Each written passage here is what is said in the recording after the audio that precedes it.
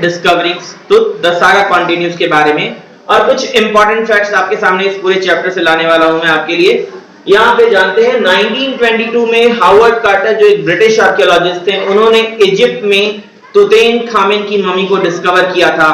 बात होती है तुतनखामेन कौन थे, तो अभी इस बारे में बात करेंगे। बट इस मम्मी की सिचुएशन बड़ी ही वर्स हो चुकी थी because of the way Howard Carter had explored this mummy. और ये स्टेटमेंट था जाही हवास का। जाही हवास कौन थे? He was the Secretary General of the Supreme Council of Antiquities in Egypt। इस बड़े पद पर थे और जाही हवास ने जब पहली बार देखा इस मम्मी को तो उन्होंने यही कहा था कि इस मम्मी की हालत हावर्ड कार्टर ने जो कुछ किया इसके साथ इस कारण से काफी खराब हो चुकी है। अब इस पूरे फैमिली को समझते हैं, तुतनखामेन की पूरी फैमिली लाइन को समझते हैं, जिसकी जानकारी हमें इतिहास से मिलती है। तो पहली जानकारी मिलती है कि उनके ग्रैंडफादर, एक स्पेकुलेशन है ग्रैंडफादर या फादर, एमेनहॉटेप III थे, जो बड़े ही स्ट्रॉन्ग रूलर थे और उन्होंने लगभग 4 डिकेड तक इजिप्ट पे रूल किया और इनका time period golden time period माना जाता था इजिप्शियन एम्पायर में।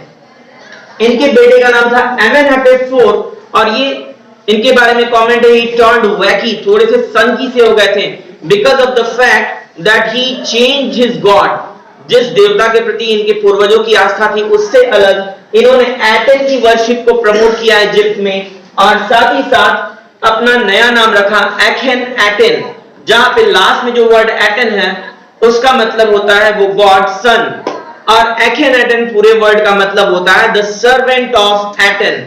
इन्होंने एक और काम किया, वहां पे जो पुराने देवता थे उनकी सारी इमेजेस को ब्रेक किया, मंदिरों को बर्बाद किया और वहां की पुरानी रिलीजियस कैपिटल जो थीब्स थी उसको बदल करके इन्होंने एखेन एटेन नाम की जगह को रिलीजियस कैपिटल घोषित कर दिया था इजिप्ट में। आज के दौर में उसका मॉडर्न इजिप्ट में नाम है अमरनाथ। वहां पर इन्होंने रिलीजियस कैपिटल को शिफ्ट किया। इनकी मृत्यु के बाद बेहद शॉर्ट टाइम पीरियड के लिए स्मेनखेरे नाम की एक रूलर आए थे, बट ये इतने इंपॉर्टेंट नहीं थे जिन्होंने हिस्ट्री पे बहुत बड़ा कोई इंपैक्ट छोड़ा हो, इसलिए इनके बारे में बेहद कम जानकारी मिलती है।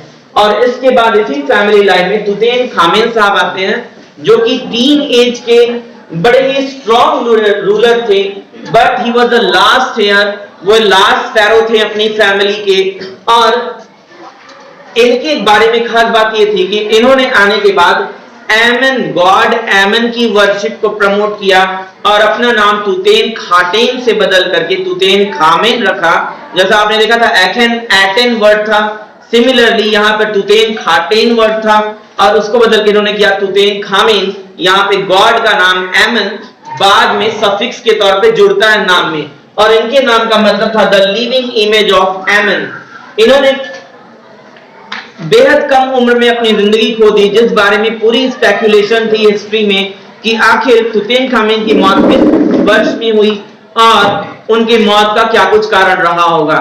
इस बारे में मॉडर्न फॉरेंसिक साइंस का इस्तेमाल करते हुए न जाने कितनी बार चीजों को री एक्सप्लोर किया गया ताकि किसी भी प्रिसाइज एक्यूरेट जानकारी तक हम पहुंच सकें। और इसी क्रम में 2003 में द इजिप्शियन ममी प्रोजेक्ट चला, क्योंकि इजिप्ट में एक नहीं दो नहीं 600 से ऊपर ममीज तो तभी मिल चुकी थी जिसकी गणना अभी भी जारी थी।